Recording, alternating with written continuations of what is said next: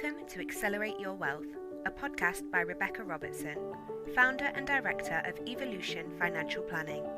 This series, we're focusing on female financial independence, looking towards a stronger financial future. Be sure to let us know your thoughts on the show, and please do connect with us on Facebook, LinkedIn or Instagram, or head over to www.rebeccarobertson.co.uk. Hey, it's Rebecca here. I hope you're doing well and you're doing good. And I feel really compelled to talk to you about something that I think is really, really important. And I just end up talking the last 2 days, every day I've had to speak to clients about this. So I thought, okay, what a great way to introduce a podcast and make things real. And that's why I do the podcast. I want to make sure that I'm sharing my knowledge and sharing this with people as much as possible. Those that are in video, excuse me, I'm still in my horse riding gear. I haven't washed my hair since I've rode this morning, but it's just one of those days, so I'm rolling with it. So today's show is going to be called Your House, Your Residential Home is Not an Asset. Now, why am I talking about this? Is because I often when I was doing mortgages for many years, I've been in the industry 22 years, is you see it all the time. You see people saving for their deposit. They might stay at home for longer to save up for their deposit, and it's becoming more and more difficult to get on the property ladder. And then you see them get on the property ladder, and then I see families and friends and clients have children. They move house, they get a bigger house, and they put all their effort into buying this house and getting it nice and making it lovely. And some go to the next degree where they might even get a bigger house. They might move 2 or 3 times. And we've moved from a flat to a 3-bedroom terrace to a 3/4 bedroom semi-detached. And we could go bigger, but for us, bigger would be more land, which is doubling, like we're calling 600 grand more. And stamp duty costs don't really see the point because your house is not an asset. Now, let me explain why. So many clients I speak to, they get to a certain age. So they've spent 30, 40, 50 years getting the house the way they like it, paying off this massive mortgage, to then basically have this house they live in and they love, but it's actually only an asset when they die, because then it's sold and then their beneficiaries receive the money. But whilst they're living, it's not really an asset for them. All the time they need a roof over their head, it's not really an asset that they can enjoy, unless you're going to start renting out rooms, which I don't know many 60, 70-year-olds that want to start doing that. Unless you've got a barn or something you could convert, or an outside space or another building that you could rent out. An asset is only something that basically covers its liabilities and its costs and its debts. So whilst you've got a mortgage, it's a massive liability. You've still got then gas, electric, council tax, other upkeep, as well as the upkeep as a general, keep making sure the roof doesn't fall down, kind of upkeep on this property. And it's only ever an asset once you sell it. And I talk about this when I do a lot of talks and explain what that is. And as a economy, so the world economy is based on lending. Money is created, literally printed at the banks, because we've talked about this in other shows about the psychology of buying and spending power. There's a couple coming out soon, so do subscribe, do come and check it out, because there's loads of great shows coming, and there's previous ones have been amazing. But we got some, the point being is that we are taught to borrow money. We are taught as a society to borrow, and basically the first way of doing that might be for a car. And the second way of doing that is buying a house. Now, most of us, we don't want to rent. So I totally get that. I did rent for a period of time. It does feel like a waste of money. I completely understand the emphasis of it's better to pay on a mortgage and clear the mortgage down and then not have any rent than to pay at any point.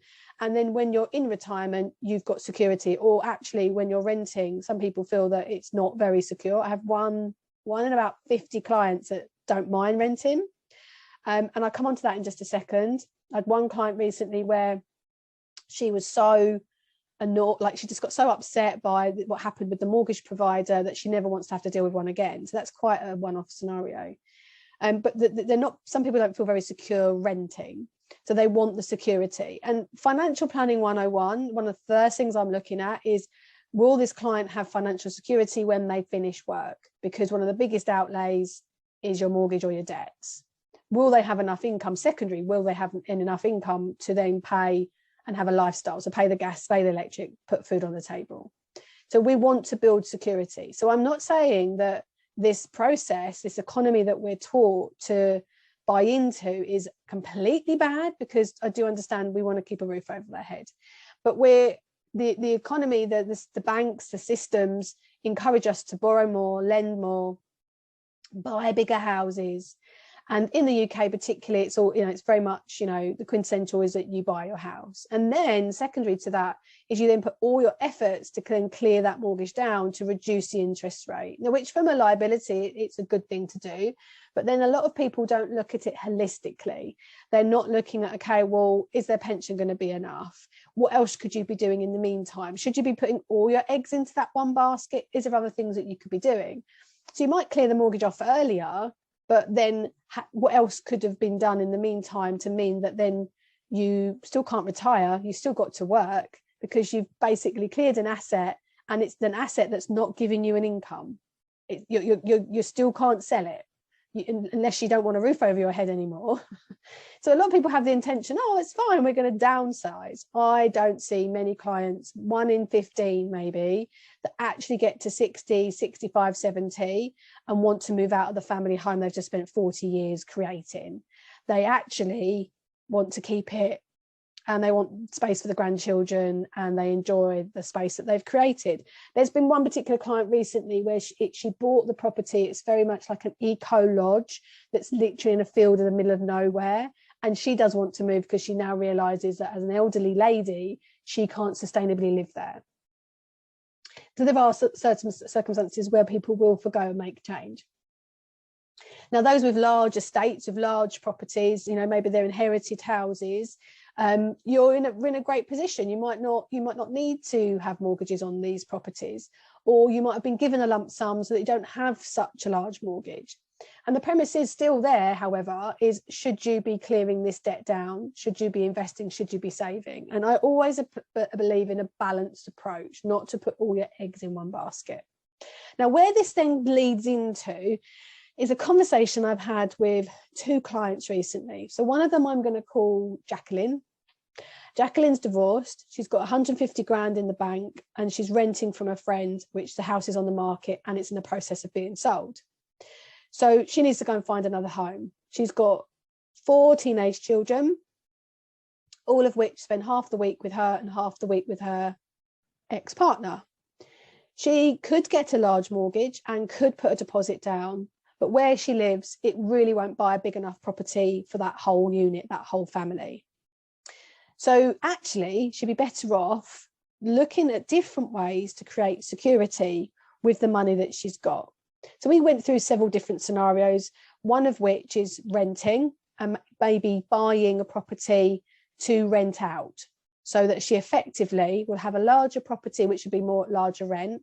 But then as the children get older and they go to university or they move out, she could effectively then downsize rent-wise, much more easier to do than selling and buying with stamp duty and estate agent fees, etc. Also not having such a large mortgage in the first place, so she could save and invest more in the meantime. The income that she gets from the actual property that's on the property ladder, she could actually invest that money or save it, or look at maybe saving it up and then using it to buy another property in the future, if that was so be it, if she wanted to do that. And then it meant in 10 years' time, when all the kids have moved out, she could either move into that buy-to-let property, that rented property that she's personally owned, or sell it, but she's at least then still been on the ladder, so that if property prices have quadrupled, she's still got her foot on the ladder, and then she could sell that asset and buy something that's more commercially more convenient for her, that doesn't need to be a 4 or 5 bedroom house. It'd be something that she could live in. And so we talked more from a strategic perspective, away from the normal way of buying a house and moving yourself up the property ladder. And then another client I had today was that they rent in central London. It's a couple, However, she's got a property that she rents out, which is hers in her own name. And right now, her daughter's about to start school in September. She doesn't want to move. And actually, she likes living where she lives. She loves the hustle and bustle of the busy area in London. So therefore, when it comes to, okay, buying a home, a flat is like 700,000-800,000. They'd have to move out of London, change the way that they want to live. But the property that she's got rented out provides a really great income. It subsidises the larger rent for herself, but she's getting really fed up with having to deal with my boiler's broken and the freeholder doing renovations, and it's really becoming a pain for her. And she really likes the idea, however, of selling it at some point in the future. And we sort of talked around possibly buying 2 smaller holdings with the money that she's got, so she could sell it for around 500,000, make around 350,000. That could be 2 deposits on 2 other buy-to-let properties, use the rental income, save it, reinvest it. But she actually doesn't want to get involved with property at all. So we said, okay, well, we could invest that money. I mean, it's not as from a security perspective, it doesn't give you the foot on the ladder, but you could still take an income from that investment if you needed to. Or you could allow the money to accumulate and to grow. So it depends if she's in income phase or accumulation phase. So there's several messages in here. Is if you're looking to move house, is to make sure that you're not just going for the next shiny object. If you have spare capital, what could you be reducing your mortgage by? But also, what could you be investing more into so that you can actually capitalise on your financial position? Because your residential home is not an asset unless you have extra land, or you have somewhere that you could rent out rooms, for example, or the space to do so. For most of us, that would be a nightmare for me. I just about live with the family I've got, let alone more. So the questions are, what could you do to increase your asset base? And that is not necessarily creating more debt with a bigger mortgage and then spending all your time and effort to clear that mortgage down and then still have nothing to show for it. And I mean nothing only in the sense that you'd have to sell that asset before it's something that you can capitalise on. I hope you've enjoyed today's show.